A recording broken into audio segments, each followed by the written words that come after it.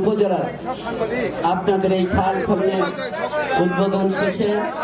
এখনকার এই মত বিনিময় সভার সম্মানিত শ্রদ্ধাভাজন সভাপতি, আপনাদের এই এলাকার কৃতি সন্তান, নওগাঁর কৃতি সন্তান, মাননীয় জাতীয় সংসদ সদস্য জনাব মুস্তাফিজুর রহমান আজকের এই খাল খনন কর্মসূচি উদ্বোধন করেছেন এবং প্রধান মেহমান হিসেবে আমাদের মাঝে উপস্থিত রয়েছেন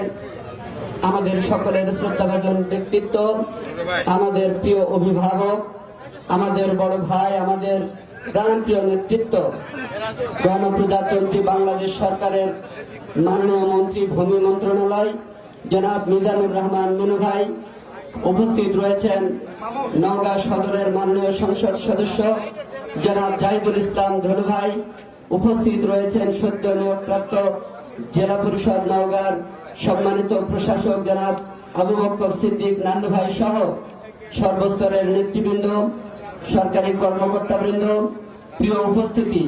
আপনাদের সকলকে আন্তরিক শুভেচ্ছা সহ সালাম জানাই। আসসালামু আলাইকুম ওয়া রাহমাতুল্লাহ। হিন্দু ভাইদের জন্য নমস্কার, অন্যান্য ভাই বোন যারা রয়েছেন তাদের জন্য সংগ্রামী শুভেচ্ছা। প্রিয় ভাই বোনেরা, আজকে এই কর্মসূচি একটি পুরাতন কর্মসূচি। মূলত আপনারা জানেন যে শহীদ রাষ্ট্রপতি জিয়াউর রহমান এই বাংলাদেশের কৃষি ক্ষেত্রে বৈপ্লবিক পরিবর্তন আনবার জন্য সাধারণ মানুষ, সাধারণ কৃষক যাতে সহজভাবে পানি সেচের সুবিধা লাভ করতে পারে তার জন্যই বিভিন্ন প্রান্তে, দেশের এই প্রান্ত থেকে প্রান্তে শহীদ রাষ্ট্রপতি জিয়াউর রহমান এই খাল খনন কর্মসূচি শুরু করেছিলেন।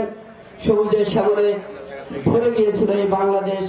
শস্য শ্যামল হয়েছিল এই বাংলাদেশ। শুধু খাল খনন নয়, বৃক্ষরোপণ কর্মসূচিও একই সঙ্গে ছিল, যে কারণে শহীদ রাষ্ট্রপতি জিয়াউর রহমানের এই কর্মসূচিগুলো নতুন করে আবার বাস্তবায়ন করবার লক্ষ্য নিয়ে আমাদের নেতা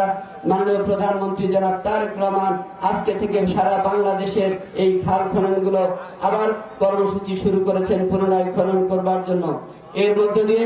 বাংলাদেশ, এই যে কৃষি নির্ভর বাংলাদেশ, এই বাংলাদেশ কৃষিতে আরো সমৃদ্ধ হবে আমরা আশা করব। এবং যার যার এলাকায় ছোটখাটো যে সমস্ত খাল, ডোবা, পুকুর যা কিছু হাজামাজা রয়েছে সেগুলো আমরা স্বেচ্ছাশ্রমের ভিত্তিতে যদি সবাই এগুলো খনন করতে পারি, পুনঃখনন করতে পারি, তাহলে প্রকৃতপক্ষে সরকারের যে মহৎ উদ্দেশ্য সেইটা বাস্তবায়ন করা সম্ভব হবে। আসুন আমরা যার যার অবস্থান থেকে আমাদের এই দেশকে ভালোবেসে আমাদের এই কৃষিকে একটা বৈপ্লবিক উচ্চতায় নিয়ে যাওয়ার জন্য আমরা যেন যার যার অবস্থান থেকে সেই স্বেচ্ছাশ্রমের ভিত্তিতে এই কাজগুলো করে থাকি। কারণ শুধুমাত্র সরকারের উপর নির্ভর করে থাকলে কিন্তু আমরা সফল হতে পারবো না। তাই আসুন